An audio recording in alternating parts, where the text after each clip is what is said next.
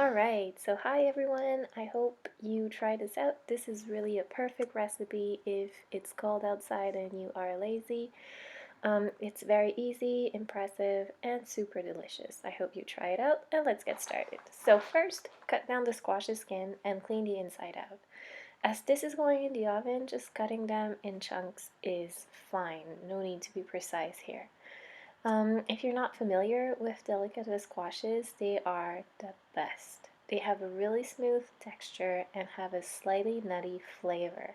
They can go in savory and sweet dishes, and they also keep really long. For example, last year I bought mine in September and they lasted me until February. So really, really nice. If you are looking for other recipes with the Delicata squash, check out my blog. I just posted a curry that you could do with them. It's very delicious, very creamy, again, very autumnal, super good for cold weathers. So I'm just finishing cutting this up. Again, no need to be precise. You could keep the skin too, but when I filmed this, I didn't know that the skin was edible. Removing the skin also makes this sauce very, very, very smooth. So that's something you want to keep in mind.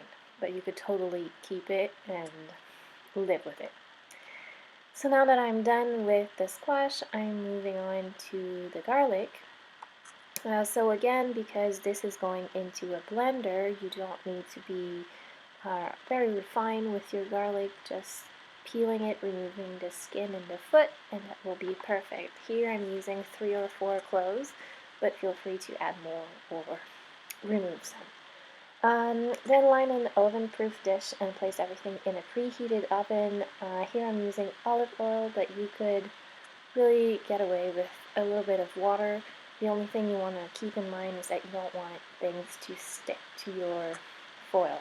So add oil or water in there, add a little bit of salt, and toss everything around, and then everything can go in the oven. It usually stays there for 20 minutes or until the squash is smooth. Once that's done, you want to place everything in the food processor and place your line dish aside. Don't throw away the lining because we will need that dish again. You can soak the cashews as the squashes are cooking in the oven, but I feel that as I'm using raw cashews, they're very, very soft and smooth, and so I don't really need to soak them. But if you want to, go ahead. I actually soaked mine for this recipe. So in it goes, and then you want to add a little bit of milk, especially if you're using a blender and not a food processor for this. Please add some milk before you start your machine.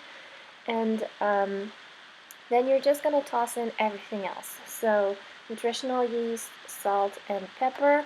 Over here I'm using soy milk, but you could also use almond milk or rice milk or any milk you enjoy. I'm also adding a pinch of nutmeg just to add a little bit of flavor. And you want to blend everything until it is very, very creamy. This recipe is perfect because really you're not doing anything. The food processor is working for you. So take advantage of that and enjoy. See how creamy it becomes? It's just magic. And it's very, very, very tasty with pasta. So let's take a look, see how it goes. Yummy, so creamy. Can't wait to eat it. Alright. So then you're going to take your noodle. Here I'm using zucchini noodles or zoodles, but you could use any noodle you have, any noodle you like. Then you want to put half the sauce in, some maybe cayenne pepper on top, and then you're going to put it back in the oven for 10 minutes just for the noodles, especially those zoodles, for them to get a little bit tender. If you're using cooked noodles, you're done. So it's done. Before you serve, just mix in the rest of the sauce. It's giving you really something very, very creamy, something a little bit reminiscent of mac and cheese. And I serve it with a little bit of cayenne pepper just to add a little kick. I hope you enjoyed this, and let me know if you try this out. Have fun!